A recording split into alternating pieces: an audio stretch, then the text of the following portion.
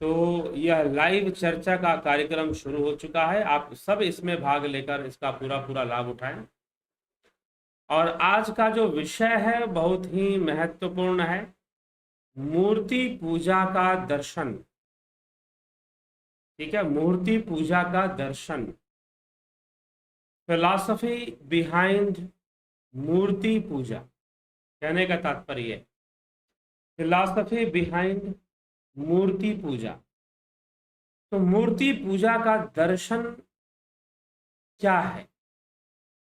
अब यहाँ पर दर्शन शब्द का अर्थ ये मत ले लीजिएगा कि भाई हम जैसे दर्शन करने मंदिरों में जाते हैं तो वहाँ पर दर्शन करते हैं, मूर्ति का दर्शन करते हैं, हम भगवान की मूर्ति का दर्शन कर लेते हैं। तो इसका संबंध उस दर्शन से नहीं है। यहाँ पर दर्शन का अर्थ है, दर्शन क्या है? दर्शन क्या है? पहले तो ये थोड़ा सा हम समझ ले, दर्शन किसे कहते हैं। तो दर्शन का मतलब देखना नहीं है।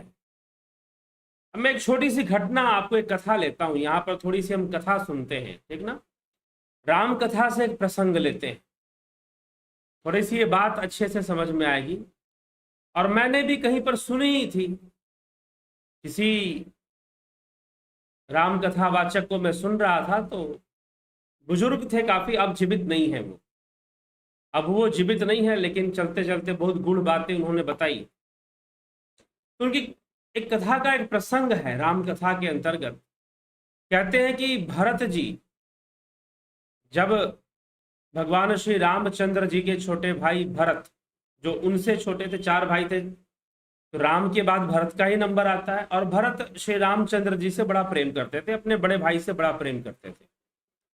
तो भरत जी अपने ननिहाल गए हुए थे जब ये सारी घटना घटी कि श्री रामचंद्र जी को वनवास मिला, और देवी माता कैकेयी ने, उन्होंने उनके 2 वरदान जो मांगने बाकी थे राजा दशरथ से, उन्होंने 2 वरदान मांगे, और उसमें से वरदान मांगा श्री रामचंद्र जी का 14 वर्ष का वनवास और भरत का राज्याभिषेक। तो चलो हो गया, अब था राम वनवास गए, दशरथ जी की मृत्यु भी हो गई विरह में, और श्री रामचंद्र जी सीता मैया के साथ और लक्ष्मण जी जो है वो वनवास चले, वन में चले गए। और वन में फिर गंगा नदी तट पार कर कर केवट ने पार कराया, और पार कर कर जो है चित्रकूट की ओर वो प्रस्थान कर गए। और वहां पर जब पहुंचे तो इधर से भरत जी अपने ननिहाल से अयोध्या वापस आते हैं, उनको पता चलता है कि ऐसी ऐसी घटना घट गई है। अब उनकी व्याकुलता बड़ी तीव्र थी प्रभु से मिलने के लिए। तो उसी तीव्र व्याकुलता से वह नग्न पैर ही चल पड़ते हैं श्री रामचंद्र जी को वापस लाने के लिए, उनसे मिलने के लिए, और चित्रकूट पहुंच जाते हैं। वहां पहुंचकर अपने कई लोगों के साथ पहुंच जाते हैं। हालांकि ये बहुत लंबी घटना है, लेकिन हम उस पॉइंट पे पहुंचे जिससे कि हमारा विषय स्पष्ट हो। ठीक है, तो अब वहां पर भरत जी पहुंचे। जब भरत जी वहां पर श्री रामचंद्र जी से मिले, श्री रामचंद्र जी से मिलकर उन्होंने श्री रामचंद्र जी से बहुत आग्रह किया कि बड़े भैया आप चलिए, वापस चलिए, आपका ही राज्याभिषेक होगा, आप ही राजा बनेंगे, आप में ही योग्यता है, और मैं तो नहीं उस गद्दी पे बैठ सकता। बहुत कुछ भरत बोलते हैं, बहुत विलाप करते हैं। तो इसको भरत विलाप और राम भरत मिलाप भी कहते हैं। ठीक है, कई जगहों पर इसका मंचन भी होता है इस प्रसंग का। वाराणसी में एक जगह पर विशेष रूप से इसी प्रसंग का मंचन किया जाता है।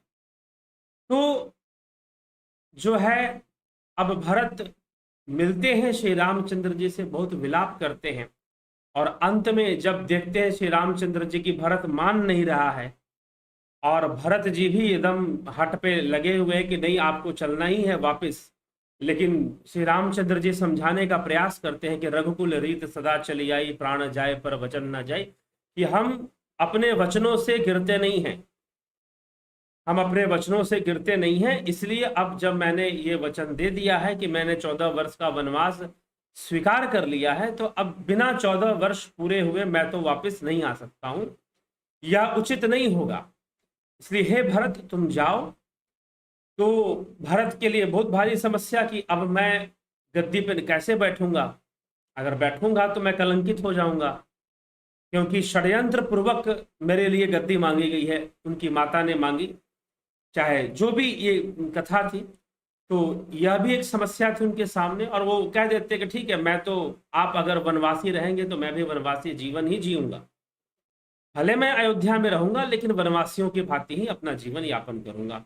तो भरत ने यह भी निर्णय ले लिया था। रामचंद्र जी के लिए बड़ी मुश्किल हो रही थी कि भाई कैसे समझाकर भरत को भेजा जाए। तो श्री रामचंद्र जी कहते हैं कि ठीक है, अब ऐसा करो कि अगर तुम्हें ऐसी कोई दिक्कत है तो सिंहासन पर बैठने से तुम मुझे ही बैठते हुए देखना चाहते हो, तो तुम मेरी खड़ाऊ ले जाओ, तुम मेरी खड़ाऊ ले जाओ और इसे सिंहासन पर रख देना, अगर तुम मुझे ही राजा के रूप में देखना चाहते हो। तो भरत जी के अंदर जरा सा भी राजलोभ नहीं था और ना वो गद्दी पे बैठना चाहते थे। और अब जब इस प्रकार से उनके लिए उनकी माता ने गद्दी मांग ली थी, तो अब उनके लिए और मुश्किल हो गया था गद्दी पर बैठना। तो फिर श्री रामचंद्र जी ने अपना खड़ाऊ दे दिया और कहा कि तुम ये खड़ाऊ ले जाओ और इसी को समझो कि मैं ही हूं इस खड़ाऊ में। और तब भक्त भरत ने क्या किया कि दोनों खड़ाऊ लेकर अपने माथे पर रखा और वो चल पड़े अयोध्या की ओर, और उसे ले जाकर सिंहासन पर रख दिया। लेकिन उस समय रामचंद्र जी से किसी ने कहा कि प्रभु, ऐसा नहीं हो सकता क्या कि खड़ाऊ जो है आप वन में छोड़ दीजिए और आप स्वयं अयोध्या चलिए।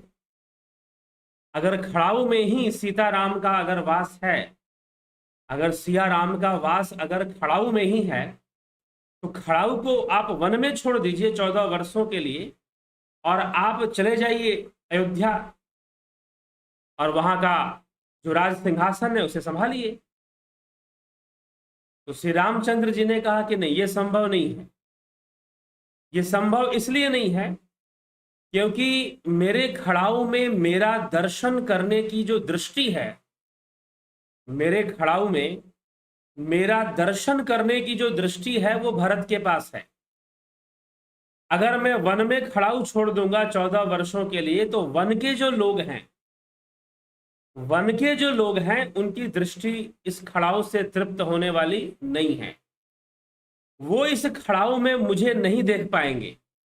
लेकिन मेरा भाई भरत जो है, जो मेरा भक्त भी है, वो इस खड़ाऊ के अंदर मेरा दर्शन कर लेगा, इसीलिए मैंने इसे अपना खड़ाऊ दिया है। तो दर्शन क्या चीज है? दर्शन का मतलब देखना नहीं है। इस प्रसंग को लिया मैंने दर्शन इस शब्द को समझने के लिए। दर्शन का मतलब आंखें खोलकर देखना दर्शन नहीं होता, ठीक। दर्शन जो इन आंखों से ना दिखाई दे लेकिन वो हो, जो इन आंखों से ना दिखाई दे लेकिन वो हो, वो सत्य में हो लेकिन फिर भी इन आंखों से दिखाई ना दे, वो सार रूप में हो, वो भाव रूप में हो, ठीक है। तो जब वो सार रूप में, भाव रूप में जो तत्व विद्यमान है, उसको देखना दर्शन है, उसको देखना दर्शन है। तो खड़ाऊ के अंदर श्री रामचंद्र जी का दर्शन करने की दृष्टि मात्र भरत जी के पास थी, इसीलिए श्री रामचंद्र जी ने अपने खड़ाऊ दे दिए। तो दर्शन का अर्थ क्या है? दर्शन का अर्थ जो चीज वास्तव में दिखाई दे रही है उसको ना देखकर उसके पीछे जो उसका भाव है, उसका जो सार है, उसको देख लेना और उसको समझ लेना, यह दर्शन है। तो दर्शन जो सब्जेक्ट है वो कॉन्सेप्चुअल है, कॉन्सेप्ट बेस्ड बातें होती हैं, फिलॉसफी, अंग्रेजी में उसको हम फिलॉसफी कह देते हैं। तो दर्शन, तो वैदिक दर्शन, सांख्य, योग, मीमांसा, वेदांत, न्याय, वैशेषिक, ये दर्शन है। तो वेदों को के अंदर जो सार तत्व छुपे हुए हैं उनको निकालने की कोशिश की गई इन दर्शनों के माध्यम से, दर्शन शास्त्रों के माध्यम से। इनको वैदिक दर्शन शास्त्र कहते हैं, ठीक। तो उनको निकालने की कोशिश की गई, उनको समझने की कोशिश की गई, तो जो कि सीधा सीधा ना दिखाई देकर सार रूप में, भाव रूप में विद्यमान है, ठीक है। तो आज का जो हमारा विषय है, अब आते हैं, अब आप दर्शन को समझ रहे होंगे। एक और थोड़ा सा एक एग्जांपल ले लेते हैं। जैसे कि आप घर बनाते हैं, और जब घर बनाते हैं तो आप घर में मान लीजिए कि आपने 12x15 का कोई कमरा बना दिया, या 10x12 का कोई रूम बना दिया, एक रूम आपने 6x8 का बना दिया। तो आपने ये खाने बना दिए, आपने ये खाने बना दिए। अब उसमें से कोई बेडरूम होगा, कोई ड्राइंग रूम होगा, कोई किचन रूम होगा, कोई किचन होगा, कोई डाइनिंग रूम होगा, लेकिन आपने तो सिर्फ अभी खाने बनाए हैं। तो अब एक खाना है, अब वो ड्राइंग रूम है या कि वो बेडरूम है, ये कैसे पता चलेगा? तो जब आप उस रूम को बेडरूम के रूप में देखोगे तो वो दर्शन है। रूम तो वो है, लेकिन जब आप उस रूम को बेडरूम के रूप में देखोगे, जब आप उस खाने को आप किचन के रूप में देखोगे, तो वो दर्शन है कि आपने उसमें अपना किचन देख लिया, ठीक है। तो रूम रूम एक कॉमन चीज है, लेकिन जब आपने उसमें बेडरूम को देखा तो समझ लो कि आपने उसके अंदर एक अलग चीज, मतलब कि कंस्ट्रक्शन में तो वो भी एक रूम ही है, लेकिन उसमें जब बेड लग गया, सोने की जगह जब बना दी गई, तो हमने उसे कह दिया बेडरूम। उसी खाने में जब सोफा लग गया, कुर्सियां लग गई, टेबल लग गए, आपने कहा कि भाई ये तो ड्राइंग रूम है, मेहमान आएंगे तो यहां बैठेंगे, गेस्ट आएंगे तो, ठीक है।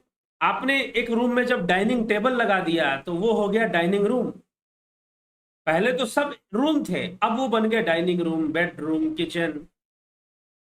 तो उसमें भाव आ गया, उसमें क्या आ गया? भाव आ गया। तो ये समझिए। तो जहां पर आपने सार तत्व को देखने की कोशिश की, जहां पर आपने भावनाओं को पकड़ने की कोशिश की, तो वह विषय हो गया दर्शन का। इसीलिए गुरु दर्शन, गुरु दर्शन भी क्या होता है? कोई गुरु का रूप, गुरु का चेहरा, कोई गुरु का ड्रेसिंग या उसका अटायर कोई गुरु दर्शन नहीं होता। गुरु दर्शन अर्थात गुरु के अंदर छुपे हुए उस ज्ञान को देखना, क्योंकि गुरु ज्ञान का दाता होता है, तो उसकी शक्ति को देखना, उसके ज्ञान को देखना, यह गुरु दर्शन है। शरीर को देखना कोई गुरु दर्शन नहीं होता, कपड़ों को देख लेने से कोई गुरु दर्शन नहीं होता, लेकिन दुर्भाग्यपूर्ण है जब तक आदमी दाढ़ी बाल ना बढ़ाए और कुछ ऐसे कपड़े ना पहन ले, चोला चोंगा टाइप कपड़े ना पहन ले, तब तक आपको लगेगा नहीं कि वो गुरु है। ये समस्या है, ये आपकी निजी समस्या है फिर। और इसी कारण से भाई समाज में बहुत सारे आडंबर पलते हैं, फिर पाखंड पलते हैं, क्योंकि आपने वेश को गुरु बना दिया। नहीं, गुरु दर्शन, जब गुरु का दर्शन करोगे तो उसके ज्ञान का दर्शन करोगे, उसके दिव्यता का दर्शन करोगे, ना कि उसके चेहरे का, उसके कपड़ों का दर्शन करोगे, ठीक है। तब जाकर गुरु दर्शन होगा। तो दर्शन शब्द को समझिए। तो अंग्रेजी में जब हम दर्शन का अध्ययन करते हैं तो फिलॉसफी उसको कह देते हैं। फिलॉसफी शब्द का अर्थ है ज्ञान से प्रेम। सूफी, फिलोई शब्द, फिलोई एंड सूफी शब्द से बना है। तो सोफी का अर्थ है नॉलेज, विजडम, एंड फिलोई मतलब love, love with wisdom, love with knowledge, इस तरह से माना जाता है। तो खैर वो उतना गहरा शब्द नहीं है जितना गहरा शब्द दर्शन है। दर्शन मतलब छुपी हुई चीज को देखना, जो भावनात्मक है, ठीक है, जो सार रूप में विद्यमान है, जो सामने ना होते हुए भी है लेकिन दिख नहीं रही है, उसको देख लेना दर्शन है। सर ऊपर ऊपर से देखना दर्शन नहीं है, उस अंदर में छुपी हुई तत्व को देखना दर्शन है। तो इसलिए दार्शनिक विषय हमारे जो है वेदों के अंदर, तो उनमें कई दर्शन हैं। तो सांख्य, योग, मीमांसा, वेदांत, न्याय, वैशेषिक, इस प्रकार से वर्णन आता है दर्शन शास्त्रों का, जिसकी चर्चा हम इस चैनल पर कई बार करते ही रहते हैं। ठीक है, तो अब आइए, अब हम चलते हैं इसी दर्शन। अब आपको मैंने एक दर्शन का कॉन्सेप्ट दे दिया, मैंने आपको बता दिया दर्शन का क्या अर्थ है। ठीक है, दर्शन का क्या अर्थ है ये मैंने आपको अभी बता दिया। अब हम चलते हैं मूर्ति पूजा का दर्शन, कि भाई ये मूर्ति पूजा क्या सही है, क्या गलत है, कितना सही है, कितना गलत है, हम उस पर भी आएंगे। लेकिन मूर्ति पूजा का दर्शन, फिलॉसफी बिहाइंड मूर्ति पूजा, ठीक है। तो मूर्ति पूजा क्या होती है? सबसे बड़ी बात क्या है कि क्या मूर्ति की पूजा होती है? जी नहीं, मूर्ति की पूजा का कोई विधान हमारे धर्म शास्त्रों में नहीं है। मीमांसा, जो कि कर्मकांड सिद्धांत की पुष्टि करता है, पंच कर्म कांड सिद्धांत देता है, वहां पर भी आचार्य कुमारिल भट्ट ने जब बौद्धों से शास्त्रार्थ किया था तो मूर्ति पूजा का समर्थन किया था, मूर्ति पूजा को उन्होंने समर्थन प्रदान किया था। तो अब क्यों समर्थन प्रदान किया था? क्या पूजा मूर्ति की होती है? जी नहीं, पूजा मूर्ति की नहीं होती है, पूजा देवता की होती है, पूजा देवी की होती है। अब वो देवी सरस्वती देवी, वैदिक देवी है सरस्वती, माता सरस्वती वैदिक देवी हैं, लक्ष्मी वैदिक देवी हैं, आद्या शक्ति, वेदों में दुर्गा जी का नाम दुर्गा के रूप में नाम मिलकर आद्या शक्ति के रूप में कई जगह मिलता है, और भी कई नामों से मिलता है। तो ये देवी के जो भाव हैं, तीन भाव, लक्ष्मी, सरस्वती और दुर्गा, तो इनकी पूजा होती है। ठीक है, तो देवी की पूजा होती है। और भी कई देवियां हैं, उषा नामक भी एक वैदिक देवी का नाम उषा नाम से भी आता है, और कई नाम से देवी का नाम लिया जाता है। जैसे कि आपको जो सूर्य षष्ठी महाव्रत छठ पूजा जो लोग मनाते हैं, उसमें भी देवी की पूजा होती है, उसमें भी देवी की पूजा की जाती है, और छठी मैया कहा जाता है इसी कारण से। तो छठे दिन जो है देवी स्वयं प्रकट होकर उन्होंने सूर्य पुत्र जो एक राजा हुए थे, उनके मृत पुत्र को जीवित कर दिया था। सूर्य से वो आई थी, तो नाम उनका देवसेना बताया जाता है। तो उनको भी छठे दिन वो आई थी, तो इसलिए उनको छठी मैया भी कहा जाता है। तो इस प्रकार से एक अलग कथा में हम चले जाएंगे। चलिए, अभी बाद में उस कथा के बारे में हम किसी और प्रसंग में हम लेंगे। तो देवी जो है इस प्रकार से उषा देवी है, गायत्री देवी है, सावित्री देवी है, सविता है, और कई देवियों का नाम जो है हमारे वेदों में वर्णित है। तो वो जो देवियां हैं, क्या वो मूर्ति रूप में है? जी नहीं, वो मूर्ति रूप में नहीं है। ठीक है, वो तो मंत्र रूप में ही है, वो तो भाव रूप में है, वो तो शब्द रूप में है। देवी देवताओं का रूप ही शब्द रूप बताया गया है, भाव रूप बताया गया। ठीक है, लेकिन अब ये जो मूर्ति पूजा करना, जब पुष्टिकरण इसका होगा, तो जब मूर्ति जब हम बनाते हैं तो क्या हम मूर्ति की पूजा करते हैं? क्या वो जिस मिट्टी से वो मूर्ति बनी है या फिर पत्थर से बनी है, क्या उस पत्थर की पूजा होती है? जी नहीं, उस मूर्ति के बनने से, उस मूर्ति ने, मिट्टी की मूर्ति मान लो, जैसे अभी दुर्गा पूजा में खूब मूर्तियां बनती हैं, विशेष करके आपको बंगाल में, बिहार में, उड़ीसा में और उत्तर प्रदेश में, हर जगह लगभग मूर्ति पूजा, देवी की मूर्तियां बनती हैं। ठीक है, और मूर्ति पूजा, इसे मूर्ति पूजा हम यहां पर लिया गया है क्योंकि ये प्रचलित शब्द है, परंतु वास्तव में पूजा मूर्ति की नहीं होती। पूजा किसकी होती है? उस देवी की होती है जो कि भाव रूप है और शब्द रूप, मंत्र रूप है, मंत्र रूप है वो, तो उसकी पूजा होती है। लेकिन क्या मूर्ति, अब लोग क्या करते हैं कि मूर्ति बना लेते हैं, और मूर्ति बनाकर जो है, चलो पूजा तो करेंगे, वो मंत्रों का उच्चारण भी करेंगे, और नवमी के दिन जाकर जो है, अष्टमी या नवमी के दिन अपने अपने नियमों के अनुसार वो हवन भी करेंगे, पूर्णाहुति भी देंगे। बिना हवन के तो कोई पूजा पूर्ण नहीं होती है, तो हवन भी अंत में वो करेंगे ही करेंगे। तो पूजा तो वैसी होती है, लेकिन साथ में मूर्ति भी बना दी जाती है। तो मूर्ति का होना क्या अब कुछ लोग कहेंगे कि अरे भाई उस परमात्मा की तो मूर्ति नहीं हो सकती है, तस्य प्रतिमा नास्ति। श्वेतास्त्रोपनिषद में भी लिखा गया तस्य प्रतिमा नास्ति, उसकी कोई प्रतिमा नहीं हो सकती है। प्रतिमा का अर्थ क्या है? प्रतिमा का अर्थ क्या मूर्ति है? जी नहीं, प्रतिमा का अर्थ मूर्ति नहीं होता। प्रतिमा का अर्थ होता है प्रति, अर्थात कॉपी, कॉपी, डुप्लीकेसी कह लीजिए इसको। जैसे आप फोटोकॉपी कराते हैं ना, वैसे प्रतिमा का अर्थ है कॉपी। तो उस परमात्मा की कोई कॉपी नहीं हो सकती, ये माना जा सकता है। लेकिन मूर्ति क्या है? मूर्ति तो भाव रूप है। मिट्टी को या पत्थर को ऐसा कुछ आकृति दे दी गई जिससे कि उसमें भावना आ गई, उसमें भावना आ गई। आप जो आकृति दे दो, आप कोई पशु की आकृति दे दो, आप देवी की आकृति दे दो, आप किसी सुंदर स्त्री की आकृति दे दो, ये तो चित्रकार पे निर्भर करता है, मूर्तिकार पे निर्भर करता है।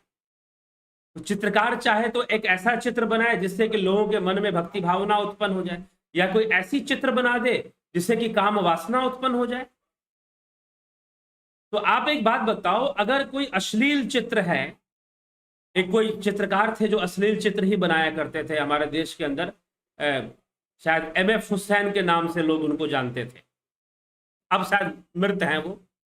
तो अश्लील चित्र ही बनाया करते थे, अब पूरी दुनिया में उसी काम के लिए फेमस थे।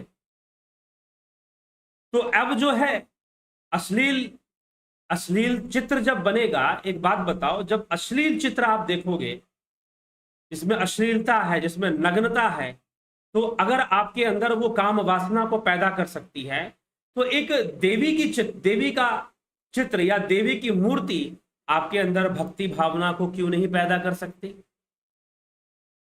आपके अंदर वो भक्ति भावना को क्यों नहीं पैदा कर सकती?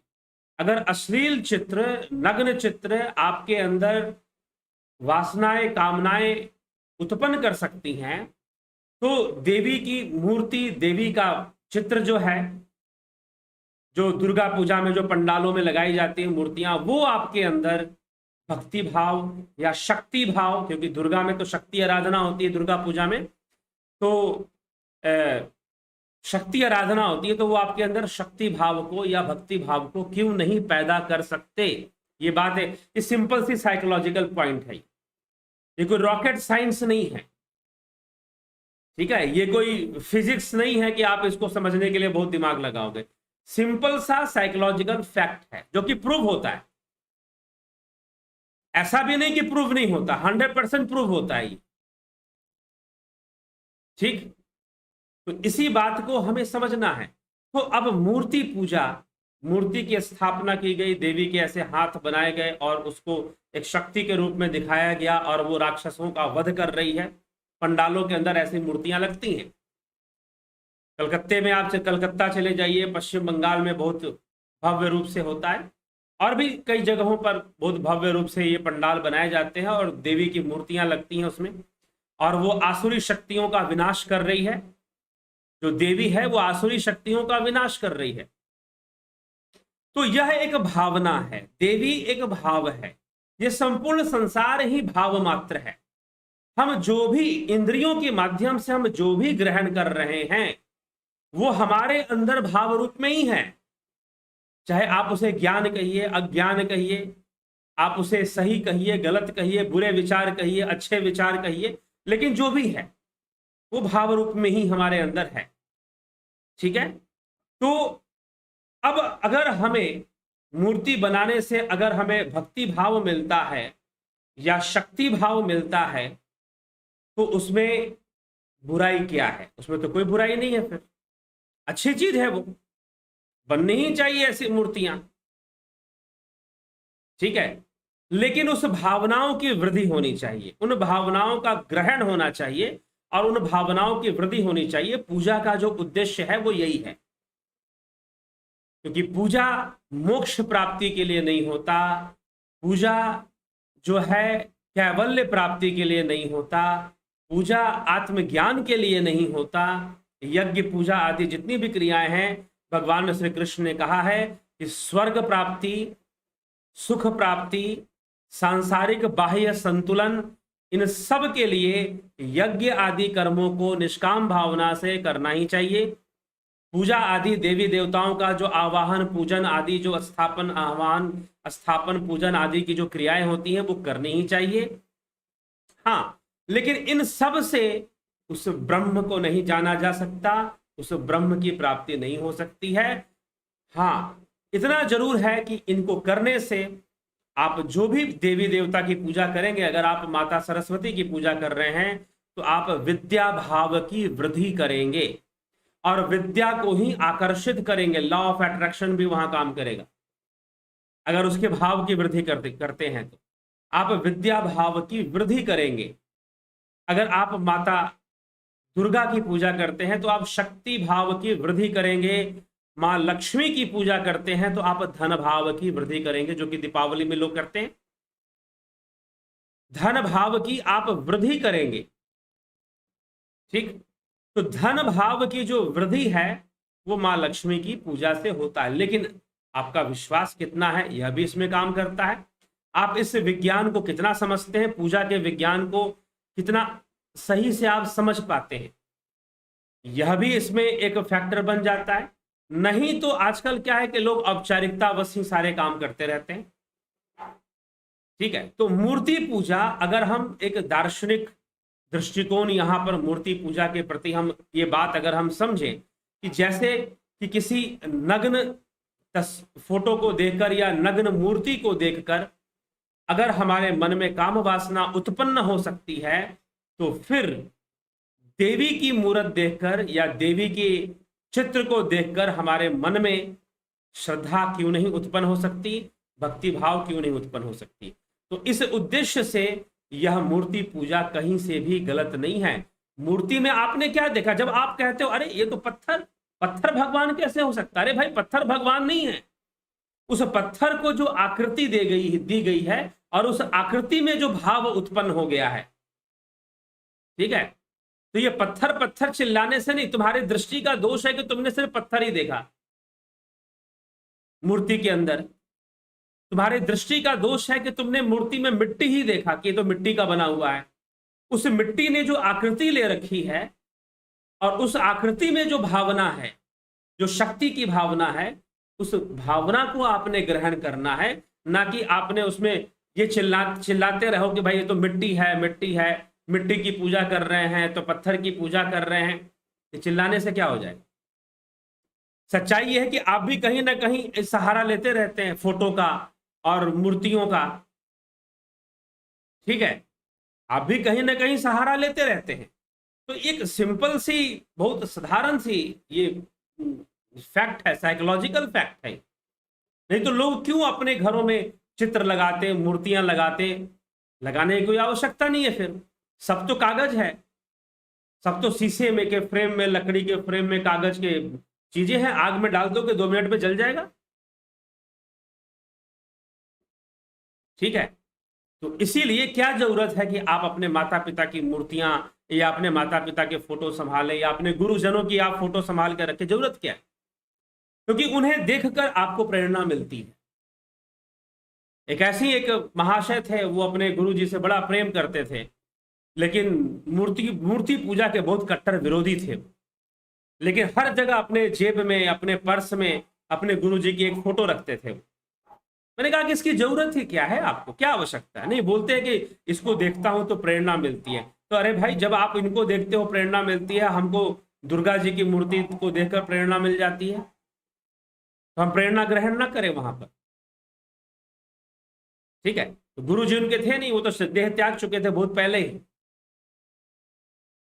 तो इसीलिए अगर ऐसा हो सकता है, एक ही बात पकड़ लो, अगर ऐसा हो सकता है कि अश्लील चित्र देखकर या अश्लील नग्न किसी मूर्ति को देखकर हमारे मन में अगर काम वासना इंड्यूस कर सकती है, तो फिर किसी देवी की मूर्ति को देखकर जो दुर्गा पूजा में बनाए जाते हैं, वो हमारे अंदर भक्ति भाव क्यों नहीं पैदा कर सकती। करती ही है, सत्य है कि करती ही है। और कई ऐसे लोग हैं, मैंने पहले भी आपको एक घटना के बारे में सुनाया है कि बंगाल के अंदर एक मुझे मुस्लिम महिला मिली। अब उनकी उम्र 55-60 के आसपास इस समय संभवतः जरूर होगी। तो वो बता रही थी कि मैं तो देवी की पूजा करती हूँ और आज से नहीं, कई वर्षों से करती हूँ, जब मैं अपने स्टूडेंट लाइफ में थी तो मैं बहुत परेशान थी किसी कारण से, और बहुत हतोत्साहित, बहुत डिप्रेस फील कर रही थी, डिप्रेशन में अपना समय बिता रही थी। तभी मेरे एक मित्र ने मुझे कहा, उसकी कोई सखी थी जिसने उसे कहा कि दुर्गा पूजा है, हम घूमने जा रहे हैं, तुम भी हमारे साथ घूमने चल सकती हो, तुम्हारा मन बहल जाएगा। तो मैं तो मुस्लिम परिवार से थी, इसलिए मेरे घर के लोग तो कभी घूमने निकलते नहीं थे पंडालों में। अगर घूमते भी होंगे तो शायद अपना अलग अलग घूम लेते होंगे, लेकिन परिवार के साथ, जैसे कि हिंदू परिवार पूरा निकलते हैं और पंडालों में घूमते हैं, तो उस प्रकार से तो वो घूमते नहीं थे। तो उस दिन मुझे अपना थोड़ा, मुझे लगा, मैं काफ़ी डिप्रेशन में भी थी, तो मुझे लगा कि घूमना चाहिए, और मैं घूमने निकल गई। और जब निकली और जब मैंने दुर्गा जी के पंडालों में जाकर दुर्गा जी की मूर्तियों का दर्शन किया, और जब मैंने दर्शन किया तो मेरा सारा भाव बदल गया, मेरा सारा डिप्रेशन खत्म हो गया, दूर हो गया। मैंने अपने भीतर एक दुर्गा को देखना शुरू कर दिया। उस दिन से मैंने अपने भीतर जो है एक दुर्गा को देखना शुरू कर दिया। तो भाव उसने उसने दर्शन किया, उसने मिट्टी नहीं देखा, उसने पत्थर नहीं देखा, उसने उस भाव को ग्रहण किया। इसलिए जो लोग बोलते हैं अरे ये पत्थर, पत्थर में भगवान, अरे तुम्हारी दृष्टि का दोष है कि तुम्हें पत्थर दिखाई दे रहा है, तुम उसमें स्थित भावना को ग्रहण नहीं कर पा रहे, यह तुम्हारा दृष्टि दोष है। और तुमको लग रहा है कि तुम बुद्धिजीवी हो, तुमको बहुत बड़ा वहम हो गया है कि तुम बुद्धिजीवी हो। ठीक है, तुम रटी रटाई बातें तुम रटे जा रहे हो। अरे पत्थर में भगवान नहीं होता, पत्थर, किसने कहा कि पत्थर में भगवान होता है? किसने कहा कि मिट्टी में भगवान होता है? अरे उस पत्थर और उस मिट्टी ने जो भाव ग्रहण कर लिया है, वो भाव है ना, भाव में तो होता है, इतना तो मानोगे, भाव के भूखे प्रभु और भाव वही एक सार है। हाँ, तो भाव में तो होता है, इतना तो मानोगे ही। तो उस मूर्ति ने, उस पत्थर की मूर्ति ने, उस मिट्टी की मूर्ति ने जो भाव उत्पन्न कर दिया है, वो भावना महत्वपूर्ण है। तो इसलिए दर्शन, जब हम देवी की मूर्ति को देखते हैं तो क्या हम मिट्टी देखते हैं, क्या हम पत्थर देखते हैं? जी नहीं। तो इसीलिए जो जिनको लगता है कि वो पत्थर पत्थर बोल के बड़े बुद्धिजीवी हो गए, महामूर्ख समुदाय के लोग हैं, वो महामूर्ख समुदाय, उनको महामूर्ख कहना ही चाहिए ऐसे लोगों को, जो सिर्फ चिल्लाए जा रहे हैं कि अरे ये तो पत्थर है, पत्थर है, पत्थर है। ठीक है, तो तुमको, तुम्हारी दृष्टि का दोष है कि तुम पत्थर तक ही देख सकते हो, पत्थर के आगे जाकर देखने की क्षमता तुम्हारे अंदर है नहीं। और तुमको भ्रम हो गया है कि तुम बुद्धिजीवी हो। तुम बुद्धिजीवी नहीं, महामूर्ख जरूर हो, अगर तुम्हें सिर्फ पत्थर नजर आ रहा है तो। ठीक है, तो जिज्ञासुओं, ये हमें समझना है। तो मूर्ति पूजा गलत नहीं है। हाँ, क्या चीज खत्म होनी चाहिए? तो मूर्ति पूजा के नाम पर जो पाखंड चलता है वो खत्म होना चाहिए।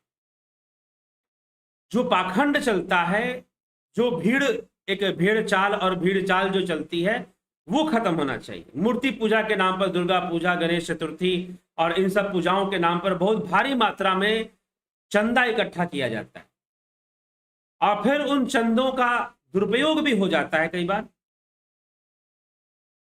एक जगह आपको लोकल न्यूज़पेपर में, ठीक है, हो सकता है नेशनल मीडिया ना दिखाती हो, लेकिन कई जगह, एक जगह मैं ऐसे बंगाल में गया था, तो वहां पर एक, चलिए उस समाज का नाम मैं नहीं लूंगा, एक समाज के लोगों ने जो है चंदा इकट्ठा किया, और चंदा इकट्ठा करने के बाद जो है उन्होंने दुर्गा पूजा वगैरह की, और पैसा बच गया। पैसा बच गया तो उस पैसे से उन्होंने बाद में बियर पार्टी की, बियर पार्टी की। तो अब ये जो भी अनुष्ठान आपने किया और करवाया, वो किस लिए करवाया? क्या पाप को बढ़ाने के लिए?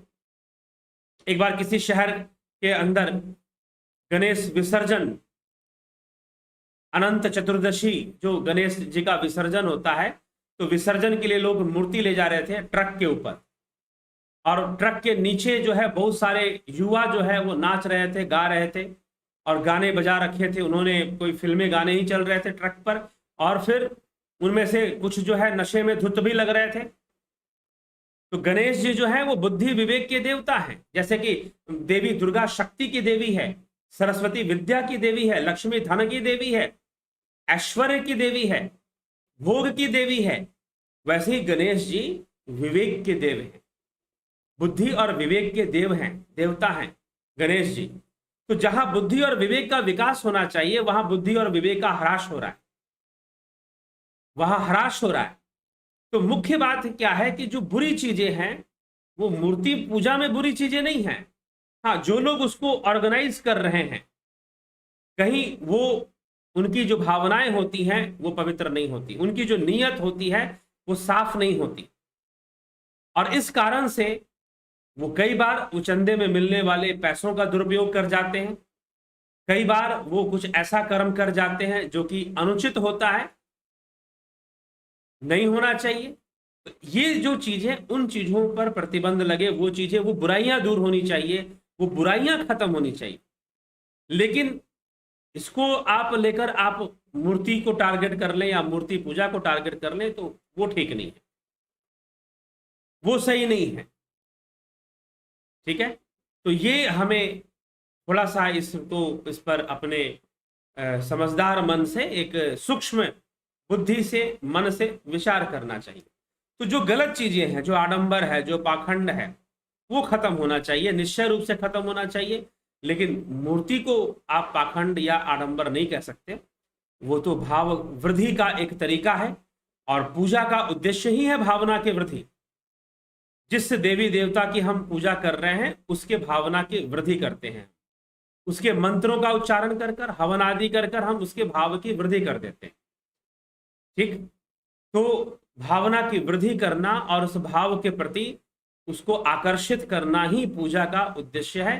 तो पूजा में यह प्रक्रिया चलती है, इसलिए पूजा अलग चीज है। अब ईश्वर की प्राप्ति कैसे होगी भाई? जो ईश्वर जो है, ब्रह्म है, वो तो ध्यान योग से मिलेगा, ध्यान योग है उसके लिए। फिर तो पूजा तो नरक से मुक्ति का मार्ग है, पूजा तो संसार के दुखों से मुक्ति का मार्ग है, पूजा तो कर्मकांड सिद्धांत के अंदर ही आता है। तो वो कर्म है, कर्म है, लेकिन ध्यान तो कर्मों से ऊपर जाने का मार्ग है, कर्मों से भी मुक्त होने का मार्ग है। तो वो आत्मज्ञान का मार्ग है जो ध्यान योग है। तो इसीलिए हमें थोड़ा अपनी समझदारी से विचार कर कर ही कोई बात कहनी चाहिए। तो मूर्ति पूजा क्या चीज है और क्यों सही है? लेकिन जो संस्थानवादी हैं, जो एक समुदाय से जुड़ गए हैं, जो एक समाज से जुड़ गए हैं, वो समाज का झंडा गाड़ना ही उनका लक्ष्य होता है। ठीक है भाई, हमारी संस्था, हमारा समाज यही सर्वश्रेष्ठ है और सारी दुनिया को इसी से जुड़ जाना चाहिए। और वो फिर वही वाली बात आ जाती है, जैसे कि एक समुदाय ने आखिरी किताब घोषित कर दी है कि ये हमारी वाली किताब आखिरी किताब, इसके आगे अब कुछ नहीं है, उन्होंने घोषणा कर दी है। तो ये संस्थानवादी भी कुछ ऐसे ही करते हैं, उनके गुरु जी द्वारा लिखी गई किसी भी किताब को आखिरी किताब घोषित कर देंगे, भाई यही सत्य है, यही आखिरी सत्य है, अब इसके आगे कोई सत्य नहीं, अब इसके आगे जानने समझने की कोई कोशिश नहीं करनी चाहिए। ठीक है, तो इस तरह की विचारधारा का वो लोग प्रसार करना शुरू कर देते हैं। तो विवेक से सोचना चाहिए, विवेक से हमें सोचना चाहिए, समझदारी से हमें विचार करना चाहिए। और दर्शन, तो मूर्ति पूजा का दर्शन भी हमें समझ में आ पाएगा। ठीक है, मूर्ति के भीतर जो भाव है उस भाव को ग्रहण करेंगे, मिट्टी और पत्थर को ग्रहण नहीं करेंगे। ठीक है, तो यह सारी बातें हमें विचार करनी चाहिए, सोचनी चाहिए। और आप सही रास्ते पर हैं, ये आपके हाथ में, आप सही रास्ते पर रहें, ये आपके हाथ में है।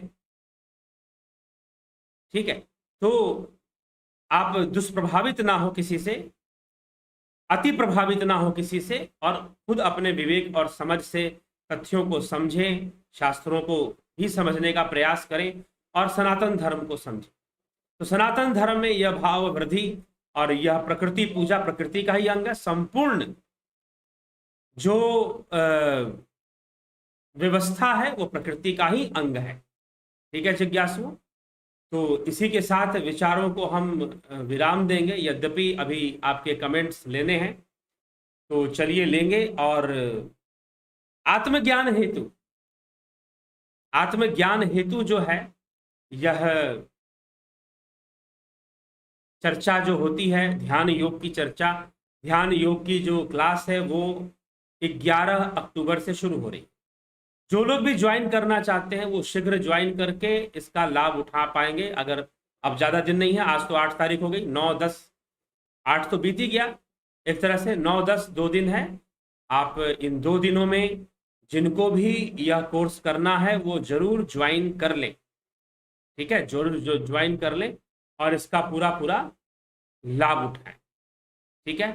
तो चलिए आपके कमेंट हम अभी लेंगे और कौन क्या कहता है इस कमेंट में आपको बताया जाएगा कि भाई कमेंट, अगर कोई प्रश्न होगा तो उसका उत्तर दिया जाएगा, लेकिन थोड़ा सा आप थोड़ी सी आपको रुकावट आएगी जिसके लिए खेद है, लेकिन आप इस बीच में कुछ सेकंड के लिए आप इस रुकावट में जुड़े रहें, बने रहें, ठीक है।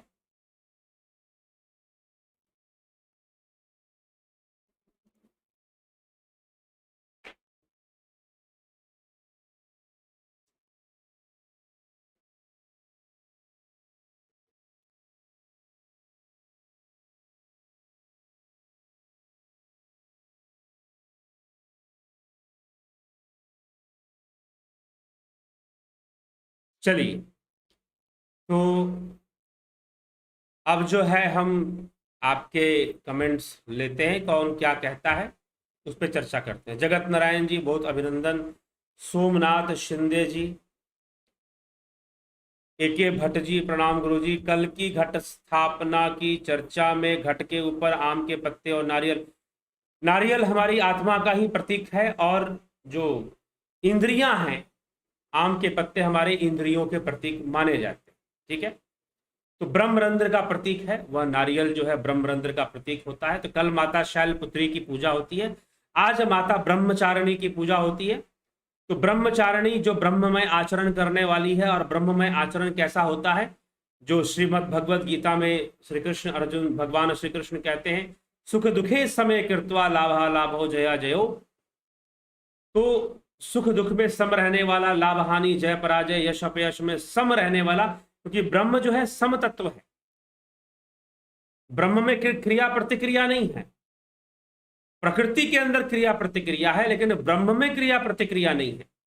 तो सम तत्व है, तो समता में अपना जीवन व्यतीत करना, जीवन में आने वाले सुख दुख यश अपयश लाभ हानि से प्रभावित ना होना, यह ब्रह्मचर्य, इस ब्रह्मचर्य में रहना। तो ब्रह्मचारिणी देवी ब्रह्मचारिणी की पूजा आज होती है। तो यह है आप, और नारियल जो है उसी ब्रह्मरंध्र का प्रतीक हो जाता है, ठीक, और इंद्रियों का प्रतीक आम्रपत्र। तो अपूर्व विश्वकर्मा, बबीता धीमान जी बहुत अभिनंदन, बलदाऊ नाथ योगी, विक्रम सिंह, एसके मिनहास जी, तो ब्रह्मपाल कुमार जी, अवनी प्रधान जी, गोपाल शर्मा जी, राजू पाल जी, कमलेश खैरनार जी प्रणाम गुरु जी। गॉड प्रैक्टिकल थ्योरी क्या है? God particle theory, God particle theory तो वो आपका जो क्या कहते हैं फिजिक्स का थ्योरी है ये, जिसमें कि पार्टिकल्स की खोज की जाती है, इलेक्ट्रॉन प्रोटॉन न्यूट्रॉन क्वार्क्स, और उसके नीचे भी जो है, और करते करते एक मान्यता है एक कि भाई एक गॉड पार्टिकल भी है जिससे कि सारी चीजें बनी हैं, इलेक्ट्रॉन प्रोटॉन भी उसी से बने हुए हैं, ठीक है। तो ऐसी चीज है। चलिए, उसका संबंध कोई दर्शन से नहीं है, ठीक। गौतम दास जी, रूपलाल विश्वकर्मा जी, रमेश पेशवानी जी, कुलदीप सिंह जी, अल्पी अग्रवाल जी, रोमेश चोपड़ा जी, सविता नायक जी बहुत अभिनंदन, SP Yadav ji, Poonam Sethi. What is the consequence of Om, a wave, light और anything else? Consequences of Om, a wave, yes, एक तरंग है ये, जब आप मुंह से उच्चारण करते हैं एक तरंग है ये। लाइट और एनीथिंग एल्स, लाइट भी उसमें है क्योंकि सूर्य से भी ओंकार की ध्वनि निकलती है, ठीक है। तो वेव तो है ही, light is also a wave, light is also a wave form, wave एक फॉर्म है अपने आप में, साकार है वो। तो लाइट भी एक वेव है। ज्योति दत्ता, ओम नमः शिवाय, जय श्री राम, जय श्री कृष्ण। गयावली शर्मा जी, पूजा वर्तवाल जी, माँ दुर्गा शक्ति हैं यानी प्रकृति, क्या वो दुर्गा रूप में प्रकट होती हैं? या माँ दुर्गा ब्रह्म है साक्षात। ब्रह्म, जब भी आप ब्रह्म शब्द का प्रयोग कर लेंगे, हाँ आप कह सकते हैं, दुर्गा सप्तशती में भी लिखा गया है ये बात कि माता ही जो ब्रह्म स्वरूप ब्रह्म है, क्योंकि ब्रह्म से सारी उत्पत्ति होती है, इसलिए ब्रह्म को भी माता माना गया, ब्रह्म को भी माता माना गया है। लेकिन ब्रह्म भावातीत है, ये ध्यान रखिए। ब्रह्म क्या है? भावातीत है, भावनाओं से परे। तो जब भावातीत है ब्रह्म, तो जहां पर मूर्ति बन गई, जहां रूप आ गया, जहां रंग आ गया, जहां लीला आ गई, वहां पर तो भावनाएं हैं। तो भावनाएं कभी ब्रह्म नहीं हो सकती। हाँ, लेकिन ब्रह्म से ही सब कुछ, ब्रह्म से ही जड़ चेतन, और जड़ चेतन से सारी सृष्टि मानी गई है, तो ब्रह्म को मां स्वरूप माना जाता है। ठीक है, लेकिन ये समझना होगा कि ब्रह्म भावातीत है। ब्रह्म की प्राप्ति पूजा से नहीं होती है, ब्रह्म की प्राप्ति तो ध्यान योग से होती है। ब्रह्म की यात्रा, ब्रह्म ज्ञान की यात्रा हम ध्यान योग से करते हैं, साधना से करते हैं, उपासना से करते हैं। पूजा का जो विषय है भाव वृद्धि का विषय है, तो इसीलिए जो पूजा होगी वह तो देवी की होगी, और वो देवी रूप में होगी, फिर वहां पर वो देवी रूप में विद्यमान है, ना कि ब्रह्म रूप में। तो ब्रह्म को, अगर हमें देवी का साक्षात्कार ब्रह्म के रूप में चाहिए, तो फिर हमें ध्यान योग करना पड़ेगा। ठीक है, तो इस अंतर को समझना होगा। नरेंद्र कुमार जी, अर्जन चौहान जी, भीम सिंह मीना, स्मिता सावंत जी, गंभीर शाह, सुधा अग्रवाल, बिमला शाह, अल्पी गुरु जी, मुझे एक क्वेश्चन है कि क्या श्री कृष्ण को अपना सदगुरु बना सकती हूँ? बना सकती हूँ, मान सकती हैं। बनाना अलग चीज है, आप मान सकती हैं। ठीक है, अल्पी अग्रवाल, और उनसे प्रेयर करके सकती हूँ कि वो परमात्मा का अनुभव कराने का मेरी जर्नी में मेरा मार्ग। बिल्कुल कर सकते हैं, प्रार्थना करिए, जरूर करिए। ठीक है, क्योंकि आपने बताया था कि श्री कृष्ण भगवान हैं। हाँ, भगवान हैं, लेकिन हमें समय के साथ जो उस विषय का जानकार है, अगर गीता है तो गीता का दर्शन क्या कहता है, क्योंकि अगर हमें संस्कृत भाषा का सही ज्ञान नहीं है, तो हो सकता है कि हम टिकाएं पढ़ें और टिकाओं में हम अपनी भावनाओं को गड़बड़ कर दें। तो यह भी एक समस्या यहां पर आती है। तो यह भी हमें समझना चाहिए और उसी अनुसार हमें अपना निर्णय लेना चाहिए। सुधा अग्रवाल जी, गुरु जी द्वैत और अद्वैत के बारे में क्लियर कीजिए। द्वैत मतलब डुअलिटी, सुख दुख लाभ हानि, ये जीवन द्वैतमयी है। ठीक है ना, जीवन में सुख दुख लाभ हानि जय पराजय चल रहा है ना, ये डुअलिटी है, ये द्वैत है। अब द्वैत सिद्धांत जब आता है तो वहां पर जीव और ब्रह्म का सिद्धांत आ जाता है, प्रकृति पुरुष का सिद्धांत आ जाता है। लेकिन जब अद्वैत आता है तो दो को छोड़कर एक सत्ता ब्रह्म की चर्चा होती है। एक सत्ता जो दो से परे है, उसमें ब्रह्म की चर्चा होती है। तो ये द्वैत अद्वैत का भेद है, संक्षेप में जो बता रहे। बाकी चर्चाएं पड़ी हुई हैं, आप चैनल में जाइए, बहुत सारे वीडियो इस विषय पर पड़े हैं द्वैत अद्वैत के ऊपर। अल्पी अग्रवाल जी, वो सबसे बड़े योगेश्वर हैं। अल्पी सबसे बड़े योगेश्वर हैं, हाँ योगेश्वर हैं। सबसे बड़े और छोटे मत करो, कोबड़ छोट कहत अपराध हो। जहां छोटा बड़ा करोगे वहां पाप हो जाएगा, वहीं संशय का बीज पड़ जाएगा। गोस्वामी तुलसीदास जी ने इसीलिए कहा कि भगवान राम कहते हैं कि शिव द्रोही मम भक्त कहावा, सो नर सपने हो मोहि नहीं पावा। जो शिव द्रोही बन जाए, शिव की निंदा करे और अपने आप को जो है मेरा भक्त बताए कि मैं तो राम जी का भक्त हूं, और शिव की निंदा करे, तो वो स्वप्न में भी मुझे प्राप्त नहीं कर पाएगा। वास्तविकता में वो मुझे प्राप्त करे बहुत दूर की बात है। तो इसीलिए छोटा बड़ा करना बंद कर दो। अगर भक्ति करनी है, जहां पर तुम छोटा बड़े कर रहे हो कि ये वाले बहुत सबसे बड़े हैं बाकी सब छोटे हैं, जब तक ये भावना है तब तक दुविधा है और तब तक पतन है, उत्थान नहीं होने वाला भक्ति मार्ग में। ठीक है, कि कौन ये सबसे बड़े हैं और बाकी छोटे हैं, जी नहीं। अब सबके अंदर कृष्ण को देख पाओ, आप सबके अंदर कृष्ण को देख पाओ तो समझो कि आपकी दृष्टि थोड़ी ठीक है, नहीं तो बड़ा छोटा के चक्कर में अपना पतन करोगे, अपने आप को नीचे गिराओगे। ठीक है,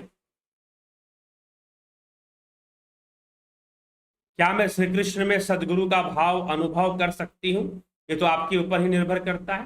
बाकी हमें कोई बात बताए, हमें कोई समझाए, हमें ऐसे मार्गदर्शक की खोज करनी चाहिए।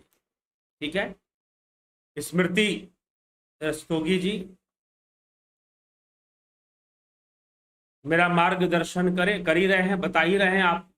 बहुत ज्यादा कमेंट कर देने से कोई विशेष मार्गदर्शन नहीं हो जाएगा। ठीक है, आप सुना कीजिए, आप लाइव चर्चा सुनिए, उसमें कई बातें ऐसी चर्चा में आती है, उसको समझने का प्रयास कीजिए। रजनीश बर्फानी जी, ओम तत्सत, परम प्रकाश ओम। संदीप अरोड़ा जी, अजीत अपराजित, भिखू कुचाड़िया, अनिल कुमार, रचना जी, वीना MRC, वीना जी बहुत बहुत अभिनंदन है आपका। संदीप अरोड़ा, गुरु जी क्या देवी देवताओं के 4 भुजा 6 भुजा और किसी देवी देवताओं के मुखों की संख्या भी ज्यादा होती है? कि सब भाव रूप में है। 6 भुजा 8 भुजा 10 भुजा दिखाना यह भावनाओं को पैदा करने के लिए। ठीक है, ब्रह्मा जी के 4 मुख हैं या 5 मुख हैं, चतुरानंद बोलते हैं उनको। पहले 5 थे, तो पंच विकारों के हैं, अहंकार उनका नष्ट हो गया, शिव जी ने नष्ट कर दिया। तो ये सारी चीजें क्या है? भावनात्मक रूप में है। समझे? अगर हमने देवी दुर्गा के 8 भुजाएं 8 भुजाएं, हालांकि मंत्रों में भी लिखा जाता है कि उनकी 8 भुजाएं होती हैं, मंत्रों में भी 8 भुजाओं की चर्चा है। तो मंत्रों में भी मंत्र क्या, इसीलिए तो देवी देवता मंत्र रूप हैं, उनको मंत्र रूप कहा गया है। ठीक है, तो देवी जी अष्टभुजाधारी हैं, तो वो 8 भुजा में होती और नहीं होने वाली बात नहीं है। वो भावना पैदा करने के लिए, वो शक्ति का भाव पैदा करने के लिए अष्टधा प्रकृति को वो नियंत्रण करती है। अष्टधा प्रकृति का वर्णन श्रीमद् भगवद गीता में भी मिलता है। तो अष्टधा मतलब संपूर्ण प्रकृति को अपने वश में रखती है। इस कारण से वो स्वयं प्रकृति रूपा दुर्गा है, वो स्वयं ही प्रकृति रूपा है। तो इसीलिए उनकी 8 भुजाएं बनाने के पीछे वो भावना है। ठीक है, कि वो संपूर्ण पंचभूतों पर और मन बुद्धि अहंकार पर नियंत्रण रखने वाली, और 5 और ये 3 मिलाकर हो गए 8, इन सब पर नियंत्रण रखने वाली जो शक्ति है वो दुर्गा है। तो हमें उनकी, तो वो भाव की वृद्धि, शक्ति भाव को बढ़ाने के लिए उनकी इस प्रकार से उनका जो स्वरूप है वो विकराल बनाया जाता है, प्रचंड बनाया जाता है। ठीक है, तो भावना को पकड़ लो। सतीश कुमार जी, योगेंद्र पंडित जी, बलवंत सिंह गोहिल जी, तरनजीत सिंह जी,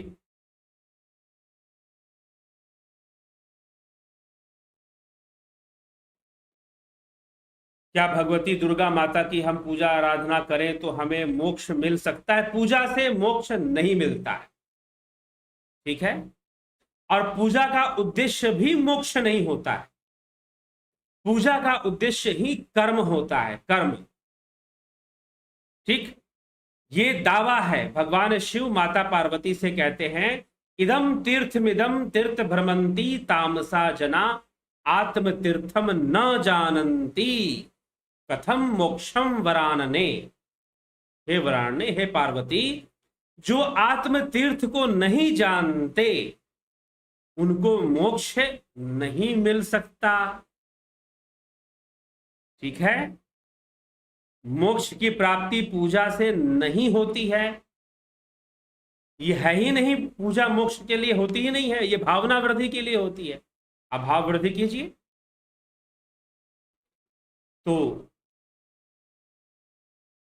भरत छबलानी जी, फनी वीडियोस, कन्हई कुमार जी, गणेश पवार जी, बानवीर गिरवार जी, नमस्ते आचार्य जी। आज मुझे स्पष्ट रूप से समझ में आया कि जब प्रहलाद ने कहा कि इस पत्थर के खंबे में भी विष्णु है, उसी खंबे से नरसिंह निकला है, और आपके विषय से ही समझा। ठीक है जी, अच्छी बात है।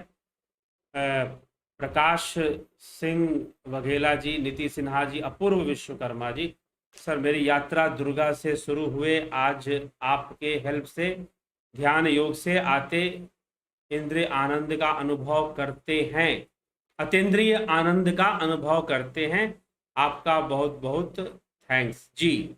बहुत अच्छी बात है, निश्चय ही लाभ उठाइए, अतीन्द्रिय साधना कीजिए। ट्रांसेंडेंटल मेडिटेशन ध्यान योग के कोर्स में जो करवाया जाता है वह निश्चय ही हमें मोक्ष की ओर ले जाता है, हमें आत्म शांति की ओर ले जाता है, हमें आत्म साक्षात्कार की ओर ले जाता है।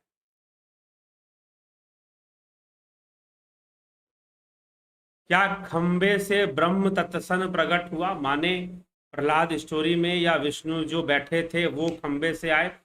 नरसिंह भगवान आए खंबे से, ठीक है। ब्रह्म तो सर्वव्यापी पहले से ही है, ठीक है, वो सर्वव्यापी पहले से ही है, तो जो भी प्रकट होगा वो कोई ना कोई भाव लेके प्रकट होगा, समझ रहे हैं। ब्रह्म आ गए इसलिए ऐसी मान्यता ही नहीं है कि ब्रह्म आ जाएंगे, ब्रह्म तो सर्वव्यापी है ही, उसे आने की जरूरत ही नहीं है, ठीक। हाँ, लेकिन भावनाओं की शक्ति काम करती है, भाव शक्ति काम करती है, और प्रहलाद की भाव शक्ति, भाव की रक्षा और भाव शक्ति के लिए के रूप में ही नरसिंह भगवान का आवेश अवतार हुआ, आवेश अवतार हुआ, ठीक है। तो ये कथा आती है, ठीक। तो चलिए, तो ये हमें इस प्रकार से इसको समझना चाहिए। तो चलिए अब जो है विराम देंगे, विचारों को यहाँ पर रोकेंगे, और कल फिर 9 बजे लाइव चर्चा में फिर हम उपस्थित होकर तो दुर्गा जी का जो चल रहा है माता चंद्र घंटा, उनके रहस्य को जानेंगे। कल शैलपुत्री की हमने दार्शनिक रहस्य को समझा था, आज माता ब्रह्मचारिणी के दार्शनिक रहस्य पर हमने चर्चा की थोड़ी सी, और कल जो है माता चंद्र घंटा के ऊपर भी दार्शनिक चर्चा हम करेंगे। चलिए, तो इसी के साथ विचारों को यहाँ विराम देते हैं, और ध्यान योग का जो कोर्स है, जो हमें आत्मज्ञान की प्राप्ति कराने वाला, हमें कैवल्य की ओर ले जाने वाला, परम शांति का अनुभव कराने वाला ध्यान योग का जो कोर्स है वो 11 अक्टूबर से शुरू हो रहा है। जिन्हें भी ज्वाइन करना है शीघ्र ज्वाइन कर इसका जरूर लाभ प्राप्त करें, ठीक है। तो इसी के साथ विराम देते हैं आज के इस कार्यक्रम को। कल फिर 9 बजे हम एक नए विषय के साथ आपके सामने उपस्थित रहेंगे। तो बहुत बहुत आभार आप सभी का।